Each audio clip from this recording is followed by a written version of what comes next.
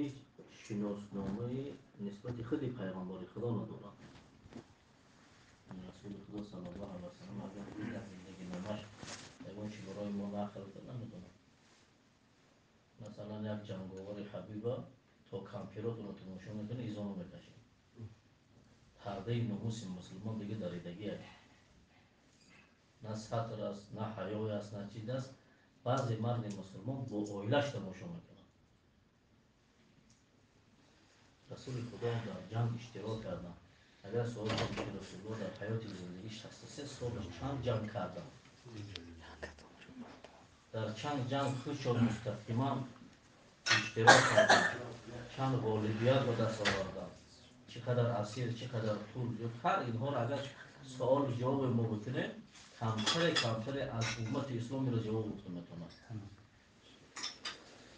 حضرت عثمان رضی الله تعالی عنه وقتی رسول خدا علیه السلام از مدینه منوره هجرت کرده آمدن، از آبی تازه نوشابی خیلی تنفیسی میکشیدن. یکی از یهودی چاه به نام رومه اختیار خودش ده گرفته بود، صاحب همین چاه بود. پیامبر صلی الله علیه و سلم گفت که بشارت برای آن جوانمردی که همین چاه یا میخرد یا شریک میشود، به نفع مسلمان ها فایده میرساند تا اینکه مسلمان آب بنوشد، لااقل قیمت ارزان خریده صاحب آب شود، و حوض کوثر من بشارت داد. حضرت عثمان رضی الله تعالی دنبال رفتن با این یهودی. وقتی میخواستن تجارت، یهودی هر روز که درآمد میکرد نمیخواست که چاه بفروشد، اما بالآخر حضرت عثمان با زیرکی خود 50% چاه چیش صاحب شد. یعنی شریکی همیشه حاصل کردن. 50% حضرت عثمان، 50 تا شخصیت یهودی. یک روز یهودی استفاده می‌برد درآمد میکرد، روز دیگر حضرت عثمان. حضرت عثمان در جمع آمدی مسلمان‌ها اعلان کردند که زمانی که نوبتداری چاه از یهودی است، یکون کسی شما آب نه خریداری نکنید، فرداش نوبت منه، دو روزتون رو ذخیره کنید. خب وقتی این کاری خیلی دامه یفت دیگه یهودی ضرر دید. حضرت عثمان دیگه کوچه‌های مدینه ده جستجو میکرد که بیا باقی مانده عکسش هم خرد همین چاه ایتو زیر ما فایده مجلس. زمان حضرت عثمان خریدن آمدن پیش رسول الله، گفتن یا رسول الله شاهد باشید همین امیر برای خدا من بخشید. ولی درباره خیر و سخاوتی که حضرت صحبت کردن که واقعا در روایت امام مسلم رسول الله قسم به ذات پروردگار خدا که هر کسی صدقه میکنه مالش کم نمیکنه. برادرای گرامی، همون چاه برومه در زمان حکومتدارای ترکای عثمانی سپاری شد که همون رو چکار کنن، گیرچه اطرافش محکم کنن و 1,500 زیاد نخل خرما داره. الان 1550 نخل خرما داره و سالانش امروز نگاه کنید سپاری شد که این قسمت کنن درآمدش چقدر میشه. با 50% گفتم به نام حضرت عثمان صورت حساب بکشوید، 50% همه را به تمام کمبغل، بیوه و صغیره یتیم تقسیم کنید. 50% که در صورت حساب حضرت عثمان است، از حساب اول در نزدیکی حرم مدینه، در نزدیکی مسجد رسول الله صلی الله علیه و سلم بهترین مهمانخانه ساختگی است. سالانه درآمدش 50 میلیون ریال است. پیغمبر دروغ میگه که قسم میخوره که صدقه مال ترک کم نمیکنه.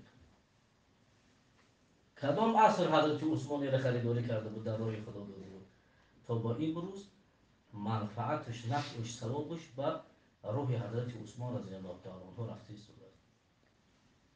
زمان حضرت عثمان به فتنه گرفتار شد، در محاصره افتاد. همون عثمانی که به مردم تشنه آب داده بود خودش تشنه از دنیا گذشت. آب نیافت که لب شفاف کنه تا اینکه از این دنیا سیراب شده رود. اما زمان محاصره داخل قرار گرفتن، از پشت خانه که در آمدن، همسرشون دوان آمدن گفتن که مردک جونی همینا شمشیرها در دستشون به درجه در غضب هستن که رحم ندارم. من یک فکر دارم، اگر اجازه بدین همین فکر من شاید سبب نریختن خون تو شود. گفتن چه فکر داری زنم؟ گفت الان گفت من ردام از سطر من میگیرم، موی سر من گفت اوریان میشود. وقتی این مرهم میدونن که میبینن زن عثمان موی سرش اوریان به سطره، شاید که به خاطر عورت من شده اینها گردند خون تو در محافظت پشت موی سر من قرار گیرد.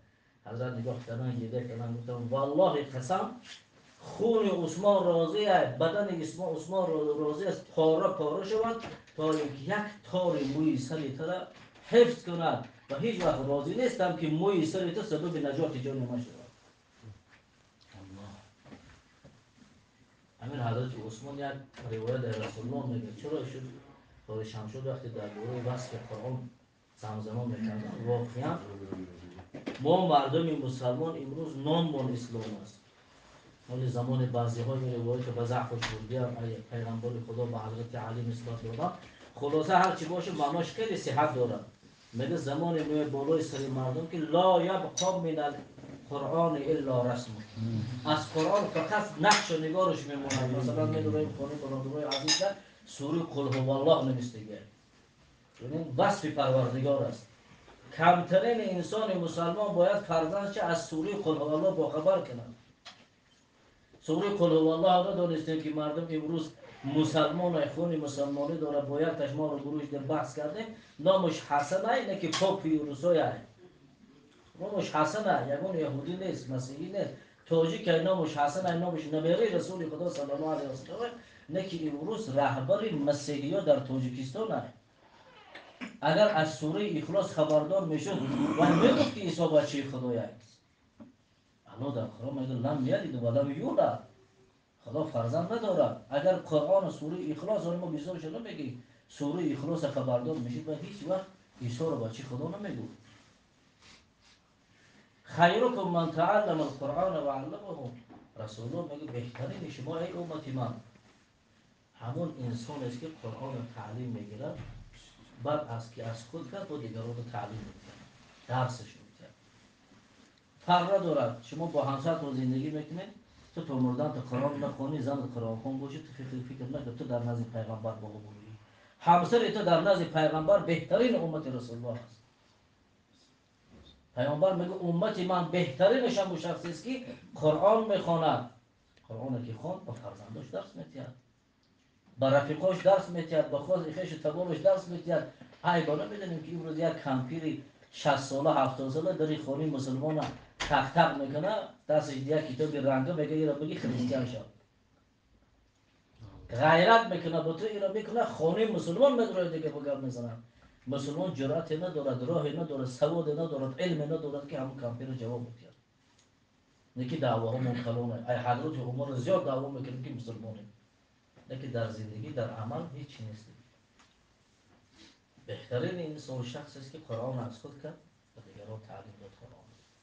در ابو داود روایت میشه که رسول الله صلی الله علیه و آله میگه اقرأوا القرآن فی کل شهر، در روایت علی کل شهر، قرآن هر ماه یک بار ختم کنید. امام ابو حنیفه رحمت الله علیه میگه این حق قرآن بالای تمام مردم مسلمان است. یعنی از این فهمیده میشه هر مسلمانی که هر ماه ختم قرآن ندارد و یک جنایتکار در نزد قرآن است، حق قرآن را پایمال کرده. در قرآن خدا میگه هدی للناس و بینات من الهدی و الفرقان.